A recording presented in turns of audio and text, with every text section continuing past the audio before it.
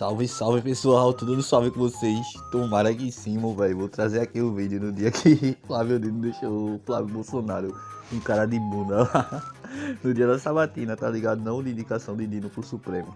Peço por favor que se inscreva, deixa like, comenta também pra fortalecer nós nesses bagulho de engajamento. E é isso, sem delongas, vai na sacada no vídeo. É fogo no gado, papai. Senador inscrito, senador Flávio Bolsonaro. Boa tarde, presidente Davi Alcolumbre. Boa tarde, doutor Paulo Gonedo. Boa tarde, senador Flávio Dino. Doutor Paulo, que conheço desde 2019, quando o senhor também já pleiteava essa vaga de Procurador-Geral da República, e Deus quis que o senhor estivesse aqui hoje, sendo indicado fora, inclusive, sem necessidade de lista tríplice, como era no caso à época. E, senador Flávio Dino,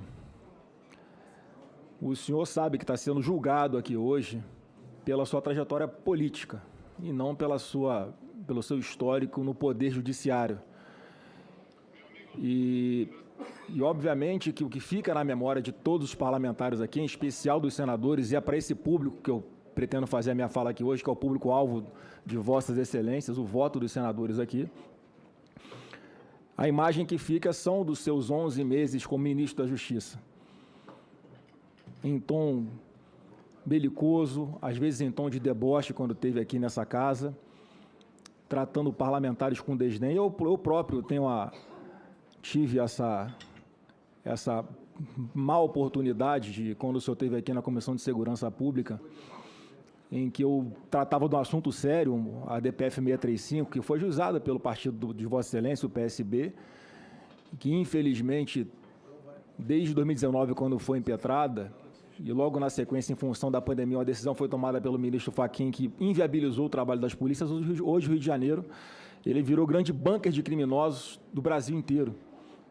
Aqui é a reportagem de julho desse ano, quase 400 bandidos de outros estados foram presos no Rio de Janeiro, só nos primeiros 7 meses de 2022.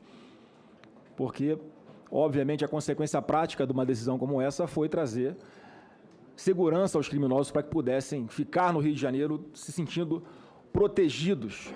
E naquele momento também alertei Vossa Excelência da minha preocupação com algo que só tem no Rio de Janeiro por enquanto, que são as narcomilícias. Traficantes se alinhando a milicianos, um poder paralelo inadmissível. E eu gostaria de verdade de ter ouvido naquele momento do ministro da Justiça e Segurança Pública uma resposta que levasse algum alento para os cariocas e fluminenses que estão sofrendo muito por isso. E o senhor, lamentavelmente, me respondeu fazendo uma espécie de sinalização de que eu teria algum envolvimento com milícia, o que é uma grande fake news. Eu desafio qualquer autoridade pública nesse Brasil a encontrar o nome Bolsonaro em uma investigação que exista, em qualquer lugar, em qualquer instância, nos últimos 523 anos, em que aparece Bolsonaro tendo envolvimento com milícia, sendo citado em escutas, de qualquer outra forma.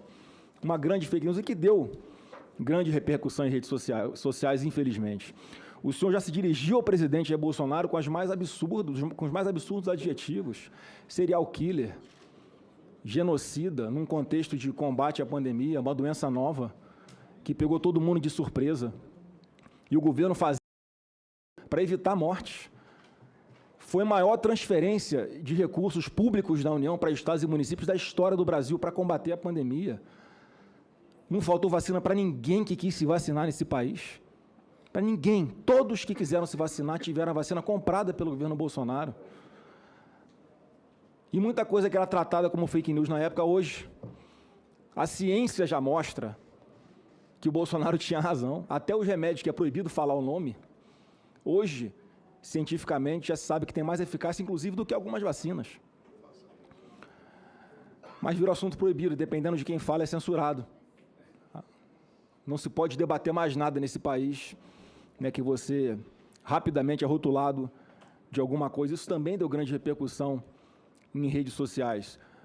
E o senhor já defendeu o controle de mídias sociais. No faroeste digital que nós vivemos, uma expressão que o senhor usou, e que pode até ter razão.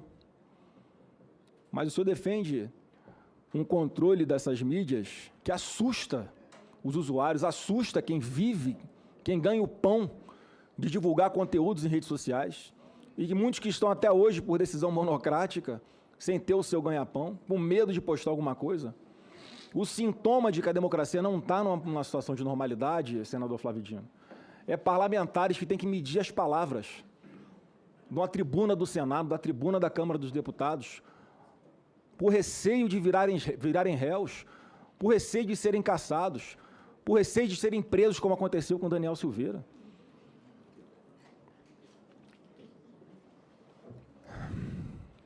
E, como eu disse, assuntos que são previamente proibidos, doutor Paulo Gonet, de ser discutido dependendo de quem fala. Por exemplo, a urna eletrônica. Que o presidente Bolsonaro sempre defendeu que houvesse mais segurança, mais transparência, e que se não fosse a ingerência do então presidente do TSE, ministro do Supremo Tribunal Federal, aqui nessa casa, senador Davi, nós teríamos aprovado a PEC que garantia o comprovante impresso ao lado da urna eletrônica, e hoje o Brasil não tinha nenhum cidadão questionou o resultado das eleições. Tudo pode evoluir. Os pensamentos, o que pensava lá atrás com relação ao que pensa hoje, faz parte do amadurecimento, só o que não pode evoluir é a urna eletrônica.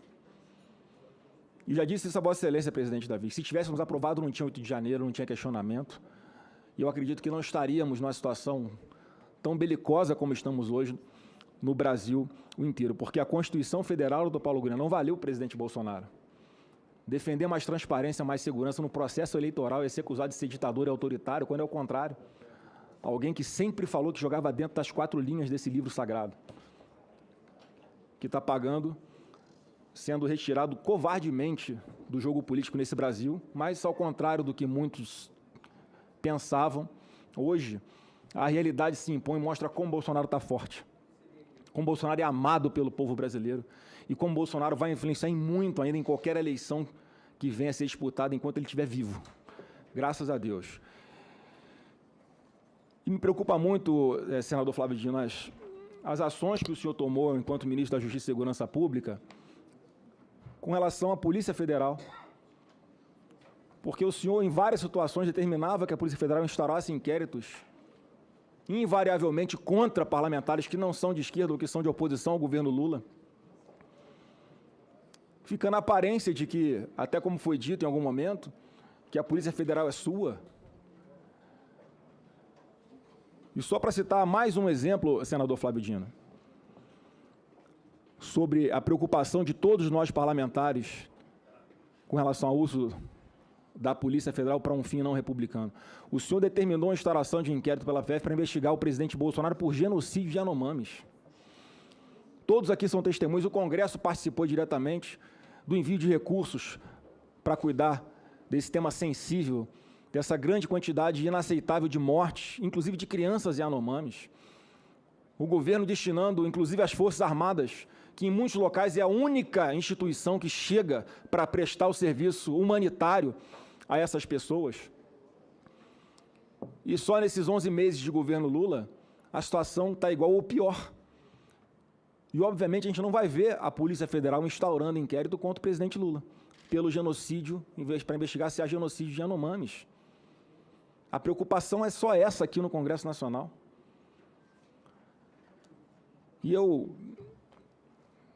senhor me conhece pouco, né, nunca vai ouvir ilações de minha parte, acusações infundadas, e eu quero trazer um relato aqui, que obviamente não tenho como provar, não sei se é verdade, e o senhor vai ter oportunidade de falar sobre isso, porque, presidente Davi, o debate aconteceu sempre aqui com relação a indicações especiais para o Supremo Tribunal Federal sobre como as pessoas iam tratar a política. Houve essa desconfiança, por exemplo, com o ministro André Mendonça, e na prática todos estão vendo que as desconfianças não eram justas, porque é um ministro correto, que se atém à Constituição Federal. E aqui, até, senador Flávio Dino, muitas pessoas acusam, eu acredito que até levianamente, que o senhor usou a Polícia Federal até para causar transtornos para aliados do governo Lula. Não sou eu que estou falando isso, são as conversas de bastidores aqui na política, com relação a um deputado federal do seu estado, que é ministro do governo Lula, que se falava aqui que ele estava tomando tanta pancada da imprensa, tanta força da Polícia Federal para investigar alguma coisa, que atribuiu até o senhor ter destinado a Polícia Federal para fazer uma investigação fora da curva contra ele. E eu, sinceramente, não acredito que a Polícia Federal é uma instituição que tem a sua independência, tem a sua seriedade, tem a sua autonomia. Se a gente acredita que a Polícia Federal virou uma polícia política, acabou o Brasil, acabou a democracia. Mas até isso colocaram na conta do senhor aqui. E é importante que o senhor falasse sobre isso, porque senão fica a impressão de que, como eu disse, a Polícia Federal é de alguém e não uma instituição de Estado. Porque o que é que ficava no imaginário, senador Flávio Dino? Se tem uma Polícia Federal hoje que persegue até aliados do governo Lula, imagine com relação a quem é opositor ao governo Lula. E olha o imaginário onde chega, senador Flávio Dino. Imagina o senhor ministro do Supremo Tribunal Federal e dando as cartas ainda na Polícia Federal, porque o chefe da PF vai continuar sendo o amigo do Lula, indicado por proximidade.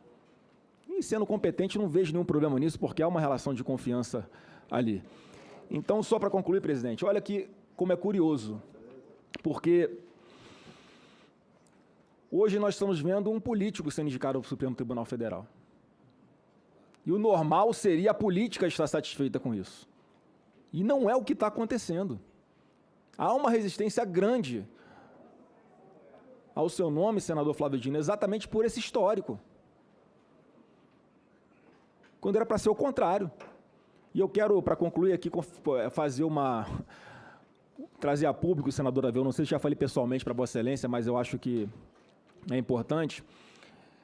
O então presidente Bolsonaro, quando na indicação do ministro André Mendonça, virou para mim e falou: Flávio, você não quer, o que você acha de você ser o indicado para o Supremo Tribunal Federal, já que se discutia que a indicação fosse de um evangelho, como ele havia prometido na campanha eleitoral. Eu falei: presidente, apesar de eu ser advogado, o que eu sou é político, o que eu gosto de fazer é política. Indique o nome do André Mendonça, que é preparado para essa missão, e eu vou poder ajudar muito mais o senhor aqui no Senado Federal. E eu acredito que, com a ajuda do presidente Davi, eu acho que eu teria até alguma chance de passar aqui no Senado Federal.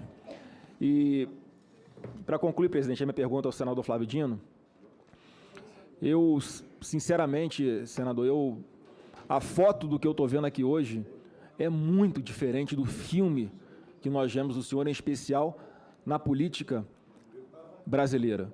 Então, fica assim a pergunta. Eu acho que é importante o senhor, até para distensionar, como foi dito aqui várias vezes, eu quero crer que isso vai acontecer caso seja aprovado, qual vai ser, de verdade, o Flávio Dino no Supremo Tribunal Federal, em especial, qual vai ser o tratamento com relação aos políticos?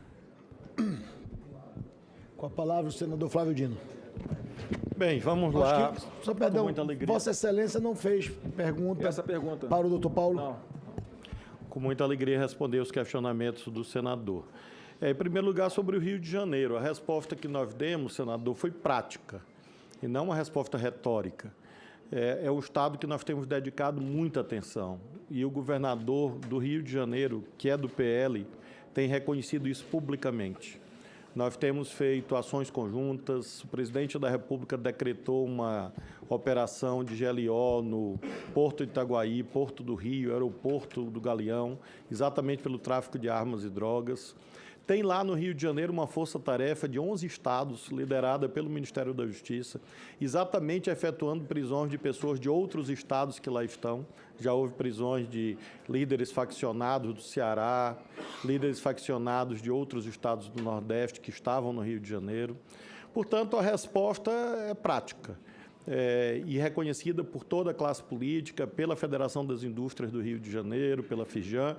Claro que, como o senhor aludiu, é um quadro muito complexo, que vem de décadas, mas nós acreditamos que esses esforços partilhados, nossos, com o governo do Estado do Rio, com a Prefeitura do Rio, pelo prefeito Eduardo Paes, é possível, sim, melhorar a triste situação, dramática situação que o Rio de Janeiro enfrenta há alguns anos, há algumas décadas, eu diria.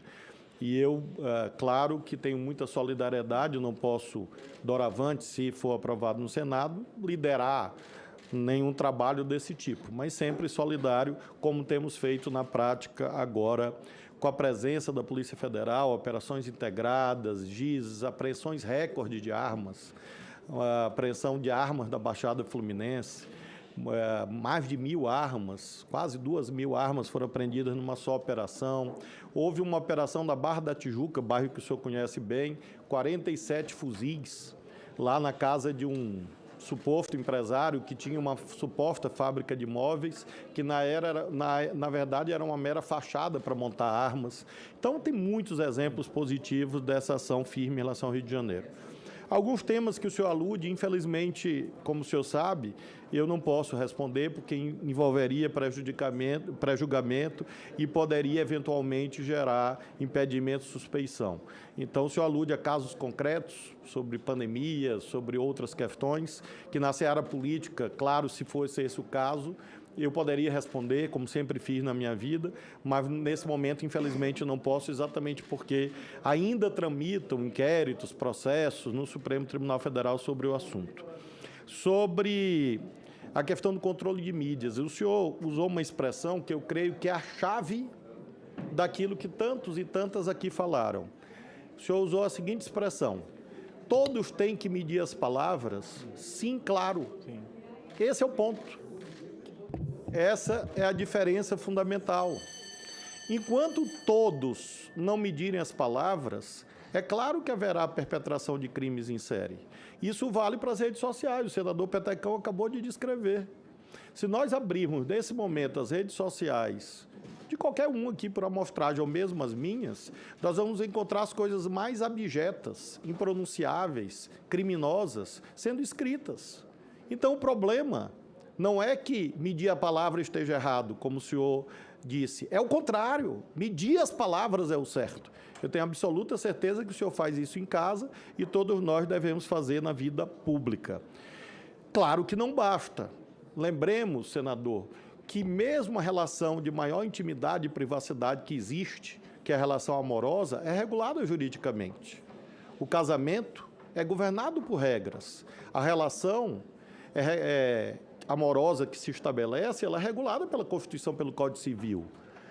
A relação de pai e filho é regulada por leis. O senhor não pode fazer o que quiser em relação aos seus filhos. Ora, se todos os âmbitos da vida humana têm regulação, onde está escrito que só a internet não pode ter?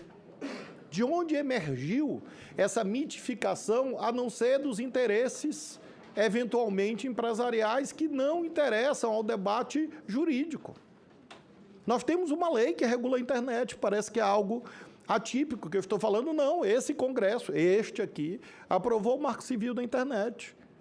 E o senhor vai no artigo 19 e vai no artigo 21, o senhor vai encontrar regulações. No caso do artigo 19, quase inexistentes. No 21, mais rigorosas. Se o senhor abrir a sua linha do tempo, a sua timeline aí, muito dificilmente o senhor vai encontrar cenas de nudez não consentida. Por quê? Porque há o artigo 21 do Marco Civil da internet e há uma moderação ativa de conteúdo das empresas. Se o senhor fizer uma pesquisa sobre compra de terno ou de sapato, o senhor vai receber durante semanas propaganda de terno e de sapato. Por quê? Porque as plataformas não são neutras. Ao contrário do que no artigo 19 do Marco Civil da internet está escrito, e muitos acreditavam em 2014. Na verdade, as plataformas se transformaram em curadorias de conteúdo. Ora, se você tem uma atividade empresarial qualquer destinada ao lucro, qual que não é regulada? Se alguém estabelece um comércio num shopping, tem regulação. Se alguém abre uma farmácia, tem regulação. Uma indústria também tem. Então, é realmente um debate de vanguarda. E veja, considero que é o debate jurídico mais importante do século XXI. Porque nós estamos no limiar do perecimento das condições de se realizar eleições, com o abuso da inteligência artificial. Todas as senhoras e os senhores sabem disso. E não vai haver regras? Imaginemos a inteligência artificial servindo, como hoje há nas plataformas, a incitação de crimes. Eu vi, senador, eu vi incitação de suicídio de jovens. Eu vi jovens chantageando outros jovens. Eu vi meninos chantageando meninas para praticarem atos de vilipêndio sexual. Os seus filhos estão expostos a isso e as crianças e jovens do Brasil estão expostos a suicídios sendo transmitidos ao vivo. Isto é ditatorial, tratar disto? Ou é preservar os valores mais sagrados que a civilização humana conseguiu erigir? Da vida, da integridade física. Então é isso que eu sustento, e sustento com convicção, a partir de critérios jurídicos. Nenhuma atividade empresarial é desregulada, nenhuma atividade humana é desregulada. E não há argumento de intimidade e privacidade, porque no recesso do lar há regras jurídicas. Os homens podem bater nas suas esposas? Os homens podem matar suas companheiras? Não. E alguém vai falar de liberdade?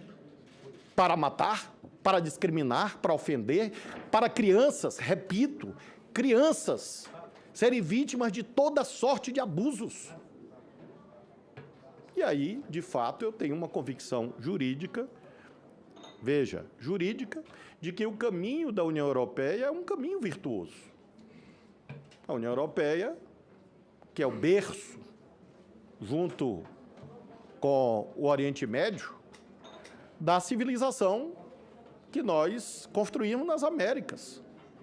Então, a União Europeia oferece o caminho de regulação. O professor Gonê, versado nesses temas, também estuda essas matérias. Finalmente, sobre inquéritos. Repito o quanto disse. Todos os inquéritos que eu enviei, requisitei, etc., estão por mim assinados. Todos estão lastreados no artigo 145, parágrafo único do Código Penal e na Lei 10.446 de 2002. Eu jamais aludi a pessoas, e sim a fatos. Não existe inquérito para investigar pessoas. Existe inquérito para investigar fatos. Então, jamais eu antecipei juízos de valor. Apenas encaminhei fatos. E lembro que os inquéritos não tramitam no Ministério da Justiça. Eles tramitam numa das polícias mais reconhecidas no mundo, que é a Polícia Federal do Brasil. E tramitam perante o Ministério Público e o Poder Judiciário. E eu quero aqui homenagear, sim, toda a equipe da Polícia Federal, liderada pelo Dr. Andrei, pelos delegados, agentes, que tem feito um trabalho notável em relação a esses assuntos. E afirmo ao senhor, jamais a Polícia Federal foi por mim usada para fins políticos, a não ser aquilo que a lei manda. E se eu não tivesse feito, aí que eu estaria cometendo um crime de prevaricação. Se você tem um indício de um crime, você tem que encaminhar a autoridade competente, e foi isso que eu fiz. Em relação, claro, ao papel de ministro do Supremo Tribunal Federal, é óbvio que é diferente. E quero, portanto, afirmar cabalmente que é falso, absolutamente falsa, a ideia que existem duas pessoas aqui. Não existe só uma, na sua integralidade, com a sua história e com a sua trajetória. Agora, esta pessoa tem a maturidade para entender que quando você está no debate político, você atua de uma forma. Quando você está numa missa, que eu frequento, você atua de outra forma. Quando você está na praia, você atua de outra forma. Quando você está batendo pênalti, que eu faço com precisão, você atua de outra maneira. Ou seja, em cada papel, você atua de uma forma. E isto não significa ter 2, 3, 4 ou 5 caras. Isso significa você ter a inteligência, inclusive emocional, de compreender que são lugares diferentes. E, portanto, eu afirmo ao senhor, esse que está aqui olhando para o senhor, com a mesma tranquilidade, a mesma serenidade, com a mesma limpidão, com a mesma limpidez, transparência que eu sempre tive, é aquele que, se merecer a aprovação do Senado, lá estará. Agora estará de outra forma. Estará de outra forma. E se tiver a honra de ser contratado pelo Botafogo, eu garanto também acertar os pênaltis ano que vem. Réplica, senador Flávio Bolsonaro. Eu, sinceramente, espero que a inteligência emocional, caso o senhor seja aprovado, que o senhor está tendo aqui hoje, vai ser no Supremo Tribunal Federal. Porque se for a inteligência emocional que nós vimos aqui enquanto político, eu tenho minhas grandes preocupações. Só um breve comentário. Eu acho que, a premissa está errada, senador Flávio Dino, até na fala do senhor mostra isso. Porque o que a gente tem que perseguir são os criminosos, não são os instrumentos. Se alguém usa a internet para cometer um crime, para incentivar suicídio, para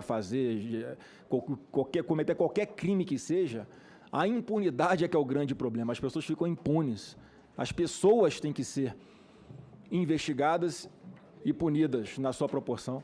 Não é a internet que faz isso, são pessoas que fazem isso. Assim como é equivocado achar que um instrumento, arma de fogo, é o que gera violência. Não é. A arma não atira sozinha. É um criminoso que usa ela mal, ilegalmente. Esse é que tem que ser punido. Então, as premissas estão erradas do combate a um problema, como a DPF 635.